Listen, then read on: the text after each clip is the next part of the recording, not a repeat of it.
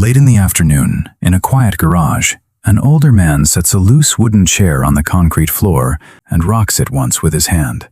The leg gives a small, tired wobble.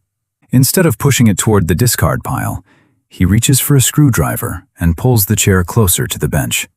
To someone passing by, it can look cheap, stubborn, maybe even a little outdated. Why keep fixing old things when buying new ones would be easier? But for many people, this moment is not really about the chair. It is about what it feels like to steady something with your own hands and what starts to slip inside you when you no longer can. And then something quieter starts to show up at the workbench. He tips a few screws into the metal lid of an old coffee can, wipes the dust from the chair seat with the side of his hand, and tightens one loose point. Then another. Nothing dramatic happens. The garage stays still. But inside, something begins to settle. For a lot of older adults, this is the part other people do not see. When bigger things in life feel harder to organize, a worn object can still be understood, touched, and brought back into order. That matters. It means there is still a problem you can solve, still a change you can make with your own hands. And that kind of steadying work can calm a person without them saying a word. The part that looks small from the outside is usually tied to a much longer life underneath it. Many people who fix things before replacing them did not arrive there because they fell in love with old objects. They learned, over years, to make things last, to notice what still had use in it, to treat wear as something to work with instead of something to fear. In a drawer inside the house, there may be old batteries, twist ties, washers, spare hinges, all kept for a reason that sounds simple. You might need them. And later in life, after work roles shrink or the house grows quieter, that habit can begin carrying more than function. It becomes one way of staying connected to the self that once knew exactly where it was needed.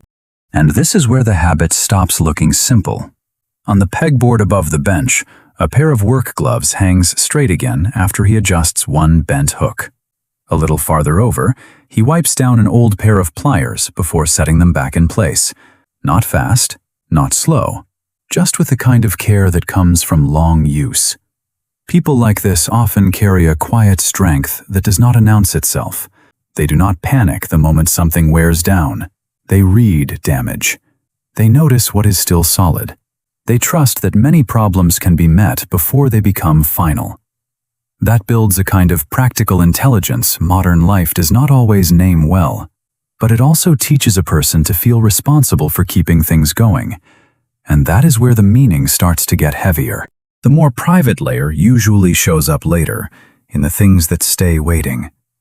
On a shelf in the garage sits an old radio that has already been repaired more than once. In the corner, a fan leans against the wall, half promised to a future afternoon. Small projects begin to collect around a person like this, not always because they are disorganized, but because letting go can feel heavier than it looks. When you are used to rescuing, preserving, and keeping things useful, quick replacement can start to feel strangely cold. Sometimes the object is not the whole story anymore.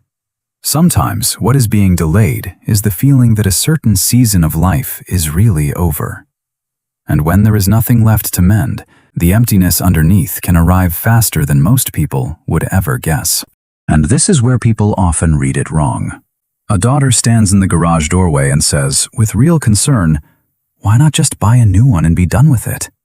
He keeps his eyes on the chair leg, turns the screw once more, and says almost nothing. Because the true answer is harder to fit into a sentence. From the outside, it can look like slowness, clutter, or plain old stubbornness, but what is actually happening is more personal than that. He is not only holding on to objects, he is trying to hold on to a way of living in which he can still be useful in visible ways. And because many people like this do not talk easily about emotional need, that need often travels through repair instead, right where their self-respect is most exposed. The deeper truth is not really about the object at all. It lives in the fear of being pushed outside the circle of things you can still affect. Late in the day, He stops for a second longer than usual, one hand resting on the chair, and looks out into the quiet of the garage, as if listening for something more than sound. For many older adults, repair is not just repair. It is proof of worth. Not because they love broken things, but because bringing something back into working order can make them feel that they too are still working in the ways that matter. And when a person has spent much of life measuring value through usefulness, even a small, helpless feeling can land harder than anyone around them realizes. Sometimes the harder question is whether you are fixing the object because it matters, or because letting it go feels like losing a piece of control. That does not make you weak. It means usefulness has been one of the most honest parts of your identity. And once you can name that, repair stops being just a reflex and becomes a form of self-respect. What many people wish others understood is that fixing old things is not always a way of living in the past. Very often, it is a way of staying recognizable to yourself in the present.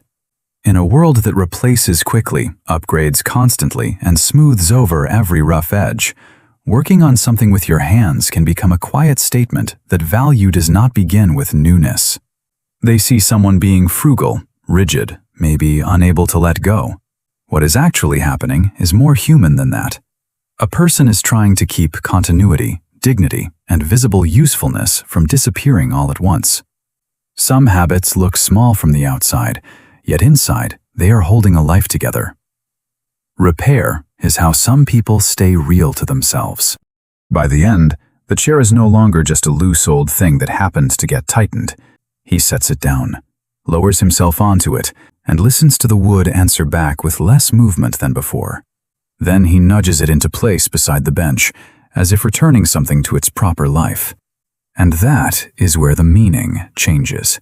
What has been repaired is not only the chair, it is also the feeling that he can still steady something, still care for what is wearing down, still leave a small part of his world better than he found it that afternoon. Some people do not fix things because they cannot move on. They fix things because it helps them remain whole, and maybe that is the real feeling underneath all of this. The fear is not simply that something old will break. It is that one day your usefulness might disappear in front of you, quietly, without a clear name. But for many people, the urge to repair is not a flaw in character. It is a signal. It is one of the ways a person protects continuity, dignity, and the part of the self that still wants to matter in visible, ordinary life.